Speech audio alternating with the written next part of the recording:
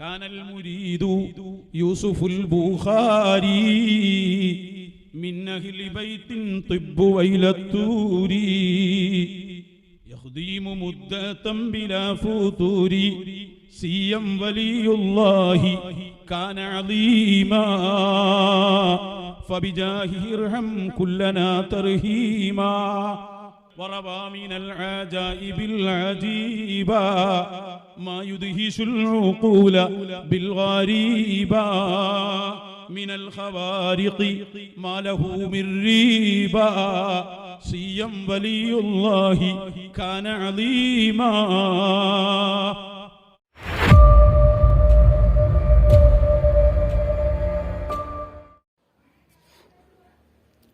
അസ്സലാമു അലൈക്കും വറഹ്മത്തുള്ളാഹി.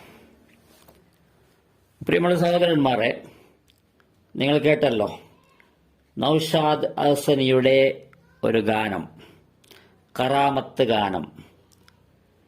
ഇതാണ് ഇവർ കറാമത്ത് പറഞ്ഞ് നടക്കാൻ വേണ്ടി മാത്രം ജീവിക്കുന്നവർ, കറാമത്തിൻ്റെ കാശിൽ ജീവിക്കുന്നവർ, കറാമത്ത് കൊണ്ട് മാത്രം ഉണ്ടാക്കുന്നവർ. ഇവരുടെ വിശ്വാസം കറാമത്താണ്.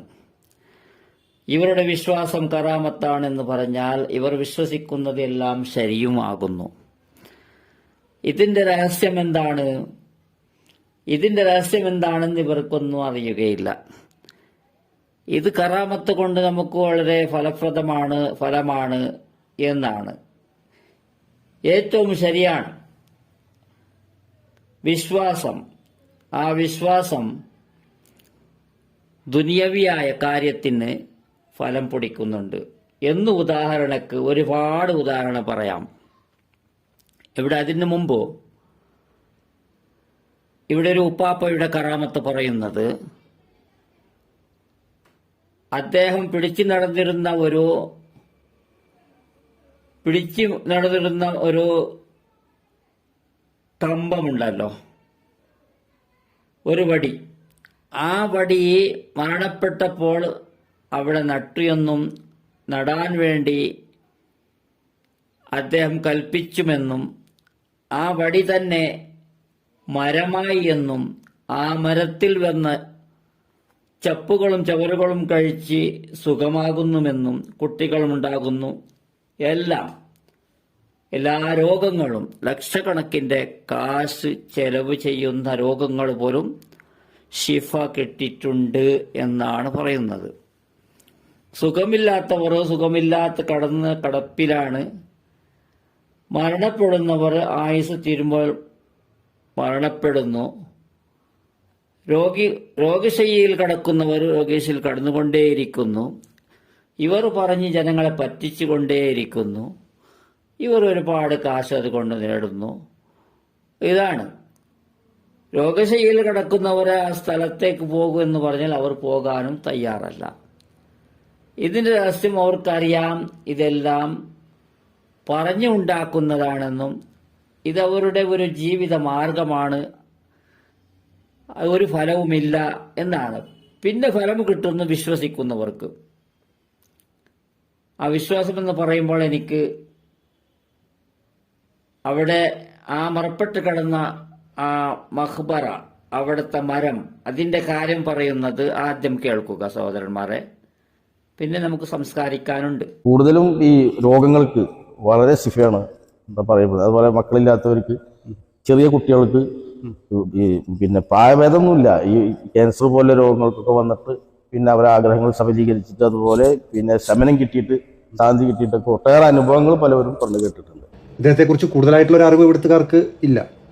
ഇദ്ദേഹത്തിൻ്റെ ജീവിതകാലത്ത് അദ്ദേഹം കുത്തിപ്പിടിച്ച് നടന്നിരുന്ന ഒരു വടി, അതൊരു കാരമരത്തിൻ്റെ വടി ആയിരുന്നു എന്ന് പറയുന്നുണ്ട്. അത് പിന്നീട് അദ്ദേഹത്തിൻ്റെ മരണത്തിന് ശേഷവും മുൻപോ അദ്ദേഹത്തിൻ്റെ ഖബറിൻ്റെ തൊട്ടടുത്ത് കൊടുന്ന് മണ്ണിൽ കുഴിച്ചിടുകയും അത് തളിർത്തൊരു മരമായി മാറുകയും ചെയ്തിട്ടുണ്ട്.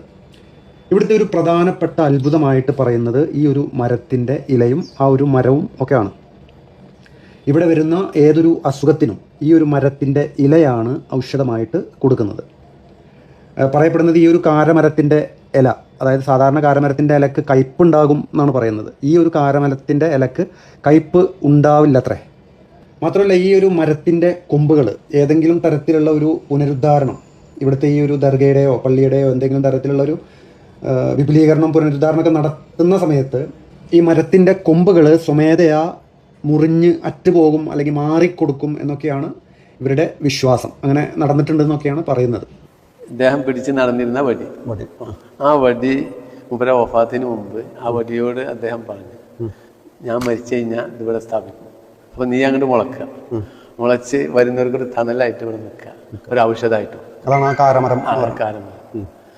ഇതാണ് ദർഗയുടെ ടോപ്പ്. ഇവിടെ ആ ഒരു പ്രസിദ്ധി പറയുന്ന അത്ഭുതം എന്ന രീതിയിൽ പറയുന്ന ആ ഒരു കാരമരം, അത് ഇതാണ്. സാധാ ഇല പൊട്ടിക്കുന്നത് അവിടുത്തെയാണ്. സാധാ ഇതാണോ ഇല? ഇത് പച്ചക്ക് തിന്നാ. ശരി. എന്തെങ്കിലും അസുഖങ്ങളൊക്കെ ഉണ്ടെങ്കിൽ പോകൂലേ? വിശ്വാസം വേണം. വിശ്വാസം വേണം.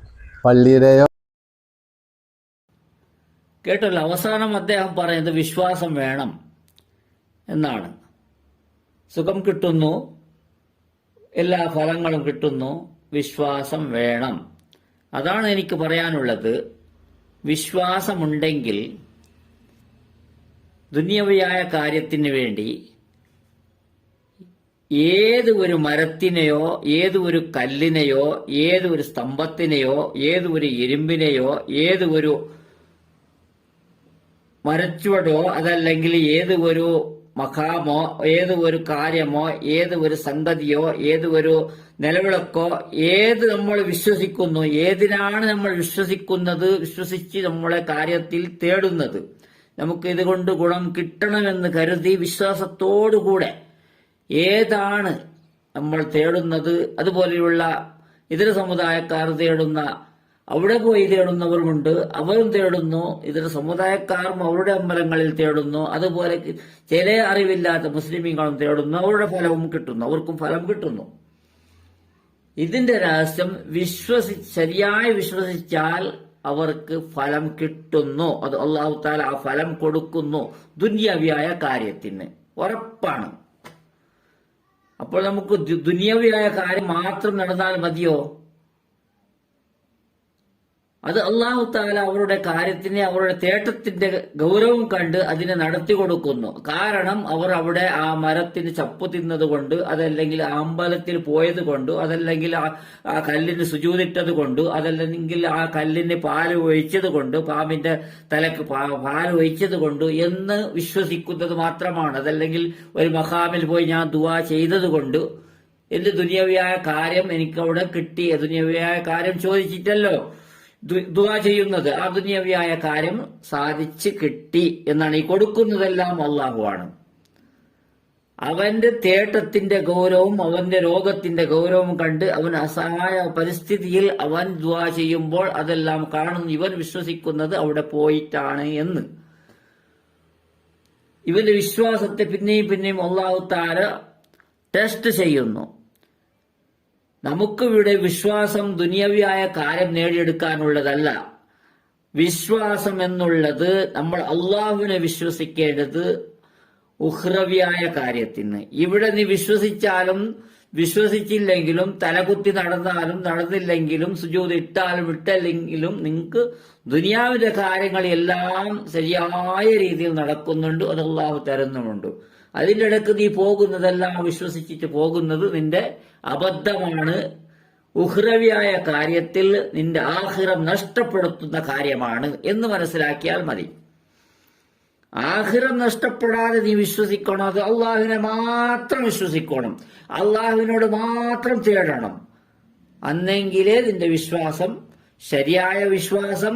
ഇവിടെ നിനക്ക് അനുഗ്രഹം കിട്ടട്ടെ കിട്ടാതിരിക്കട്ടെ, സുഖം കിട്ടട്ടെ കിട്ടാതിരിക്കട്ടെ, കുട്ടികൾ ഉണ്ടാകട്ടെ ഉണ്ടാകാതിരിക്കട്ടെ, അള്ളാഹുവിന്റെ വിധിയാണ്. അത് ഉണ്ടായാലും ഉണ്ടായില്ലെങ്കിലും ഇതിന്റെ ഫലം നിന്റെ ഇവിടുത്തെ വിശ്വാസത്തിന്റെ, ഉറച്ച വിശ്വാസത്തിന്റെ ഫലം നിനക്ക് ആഖിറത്തിലാണ്. അത് അള്ളാഹുവിനെ വിശ്വസിച്ചാൽ നിനക്ക് കൊള്ളാം, നിനക്ക് നല്ലതാണ്, നിനക്ക് ഉഖ്റവിയായ കാര്യത്തിൽ നല്ല കാര്യമാണ്, അവിടെ നിനക്ക് സലാമത്തുണ്ട്. അതല്ലാതെ ദുനിയാവിയായ കാര്യത്തിന് നീ ഇവിടെ എന്തെല്ലാം കാട്ടുകൂട്ടൽ ചെയ്താൽ നീ നഷ്ടത്തിലാണ്, നീ കഷ്ടത്തിലാണ്, ആഖിറം നിന്റേത് മൊത്തം നഷ്ടമാണ് എന്ന് മനസ്സിലാക്കിയാൽ മതി.